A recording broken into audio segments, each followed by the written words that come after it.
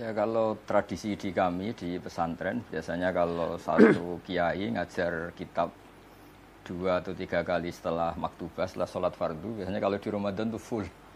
Bahkan kadang habis isya sampai 2 kitab, nanti habis subuh biasanya sampai 2 kitab. Nah kalau kita, karena ini untuk melengkapi orang Indonesia lah, dapat berkahnya Ramadan, kalau kita ini belajar kitab atau membacakan ke masyarakat supaya tahu caranya, niatnya orang-orang dulu ketika puasa atau cara pandang orang-orang dulu tentang puasa. Di antara ijazah Mbah Maimun Zubair, guru kami, juga ijazah bapak itu, kalau ngendikan sama masih ingat, ihdinas siratal mustaqim siratal ladzina an'amta alaihim. Jadi kita tidak bisa soleh tanpa meniru orang-orang dulu.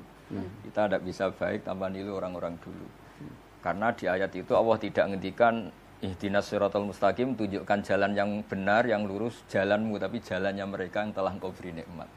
Jadi Allah menghendaki ini ada master-masternya, seperti Bapak Quraisy punya master Habibul Qadir Bil Faqih, saya punya master Kiai Haji Maimun Zubair.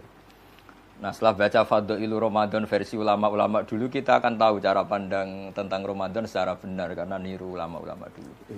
Nah, di antaranya adalah paling tidak kita dengan puasa merasa lapar, betapa sakitnya orang-orang miskin yang lapar, terus merasa menghormati makanan karena begitu nikmat.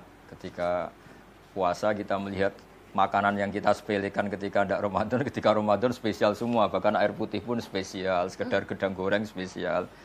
Dan itu hebatnya Rasulullah ketika muji Ramadan dengan hal-hal yang lumrah, yang wajar. Lisoim farhatani, farhatun inda iftari wa farhatun inda liqa'i rabbih. Jadi Nabi membayangkan manusia itu apapun hebatnya, ternyata kebutuhannya pokok ya makan itu. Hanya ketika buka itu senang sekali, meskipun nggak punya mobil mewah, nggak punya uang banyak. Sekedar ketemu makanan itu senang sekali. Nah, di sini kata tadi Pak Quraisy cerita, sekedar menghormati makanan itu ya tahunya setelah itu. Jadi benar-benar lukmah satu makanan sesuap pun sangat berarti. Nah, di sini ada syukur yang luar biasa. Jadi nah itu kalau kita tidak baca beberapa literatur yang dikatakan ulama-ulama dulu, mungkin kita tidak tahu. Betul. Iya, Abi ingin garis bawahi apa yang dikemukakan Gus Baha. Banyak sekali sebenarnya yang penting. Yang pertama niat ini. Boleh jadi niat kita tidak sebanyak apa yang diniatkan oleh orang tua-tua kita dulu. Ya toh? Jadi kita gabungkan itu biasa. Ala niat kata wa ala manawahu sesuai dengan niat gitu. Jadi itu berarti, dan ini penting, itu berarti ibadah kita gabungkan dengan ibadah yang lalu-lalu. Sehingga Allah memperlakukan kita bukan sebagai perlakuan terhadap satu, tetapi perlakuan terhadap banyak. Ada contoh yang diberikan oleh ulama di Mesir itu, seperti kalau kita membeli sebiji jeruk, akan sangat diteliti ya. Nah, tapi kalau kita beli 1 kilo, kurang-kurangnya itu, karena kita ikut. Sama kalau sholat, tidak baca Fatihah, tapi dapat rukuk sudah dianggap 1 rakaat. Nah, jadi ini saya kira yang perlu, itu yang saya ingin garis bawahi, bahwa niat kita itu, dan itu sebabnya Imam Syafi'i dalam mazhab Syafi'i, niat itu harus setiap hari. Iya, harus diinapkan, harus tabyid. Harus diucapkan, harus dimantapkan dalam hati. Karena yang menentukan nilai sesuatu itu niat, bukan amal seseorang. Niat. Begitu ya Gus Baha. Karenanya penting sebelum memulai beribadah, sebelum memulai Ramadan, niatnya harus diucapkan. Niatnya harus diucapkan, walaupun mungkin ya kalau kita berkata diucapkan, tidak pengucapannya itu memantapkan apa yang di hati, tapi niat itu harus dimantapkan di dalam hati, bahwa saya akan berpuasa hari ini. Begitu malam setelah buka kita introspeksi, apa yang kurang ini kemarin.